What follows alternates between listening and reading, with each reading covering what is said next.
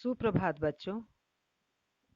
आज हम पुनः सर्वेश्वर दयाल रचित मानवीय करुणा की दिव्य चमक पाठ का अध्ययन करेंगे।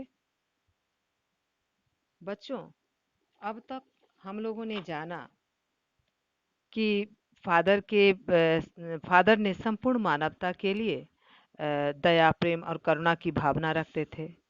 वे सभी प्रियजनों पर वात्सल्य की वर्षा करते थे। फादर बुल्के ने अंग्रेजी हिंदी शब्दकोश तैयार किया।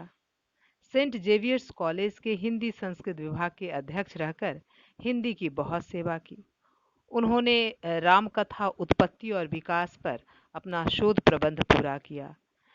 वे युवा साहित्यकारों को प्रोत्साहित करते तथा परिमल से जुड़े रहे। उन्होंने ब्लू वर्ड का नील पंछी नाम से हिंदी में रूपांतरण भी किया। चलिए पाठ आगे पढ़ते हैं। फादर बुल्के संकल्प से सन्यासी थे। कभी कभी लगता है वह मन से सन्यासी नहीं थे। बच्चों, इसको लिखेंगे, क्वेश्चन लिख लीजिएगा। फादर बुल्के संकल्प से सन्यासी थे, मन से सन्यासी नहीं थे। अर्थात फादर बुल्के जिससे भी रिश्ता बनाते तोड़ते नहीं थे बल्कि निभाते थे। इस प्रकार का आचरण कोई सन्यासी नहीं करता, क्योंकि सन्यासी इस प्रकार के संबंधों से प्रायः दूर रहते हैं। इसलिए लेखक को लगता था कि फादर संकल्प से सन्यासी थे, मन से नहीं। 10 साल मिलने के बाद भी उसकी गंध महसूस होती थी। वो 10 साल के बाद भी मिलते थे तो लेखक पर या किसी भी प्रियजन पर उसी प्रकार का प्रेम की गंध बनी रहती थी। वह जब भी दिल्ली आते जरूर मिलते, खोज कर समय निकाल कर गर्मी सर्दी बरसात झेल कर मिलते, चाहे 2 मिनट के लिए ही सही।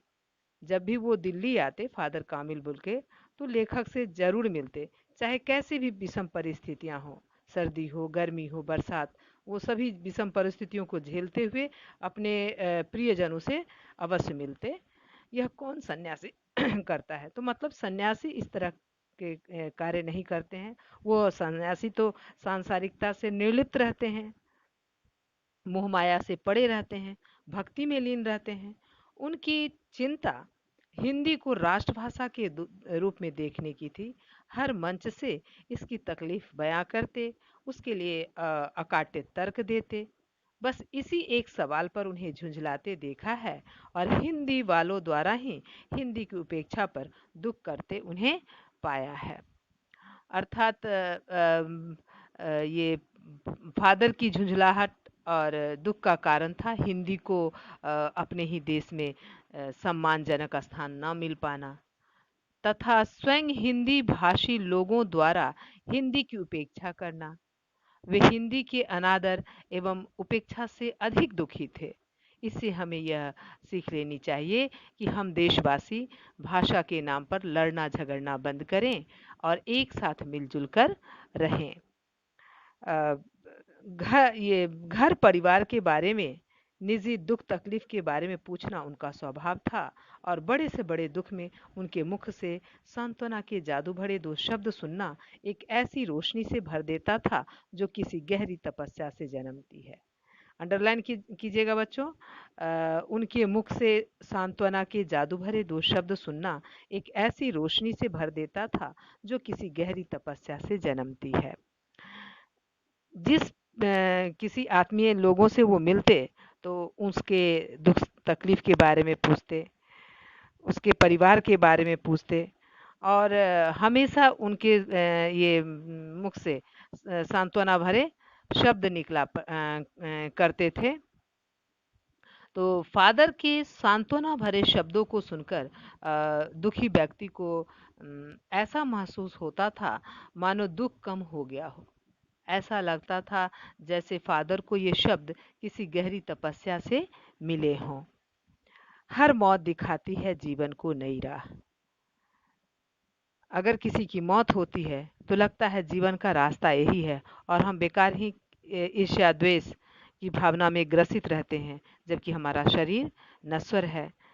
तो हमें परोपकार की भावना निहित होनी चाहिए।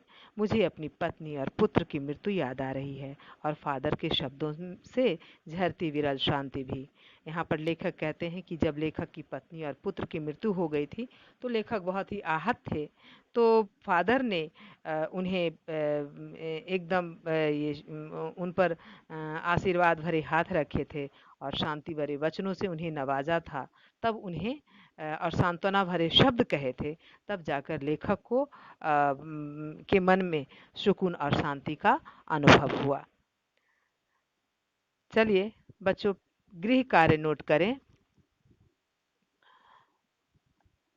फादर के सांत्वना भरे शब्दों को जादू भरा क्यों कहा गया है? भारत आकर फादर हिंदी को सम्मानजनक स्थान दिलाने के लिए कटिबद्ध थे। स्पष्ट कीजिए। चलिए आज के लिए इतना ही। धन्यवाद।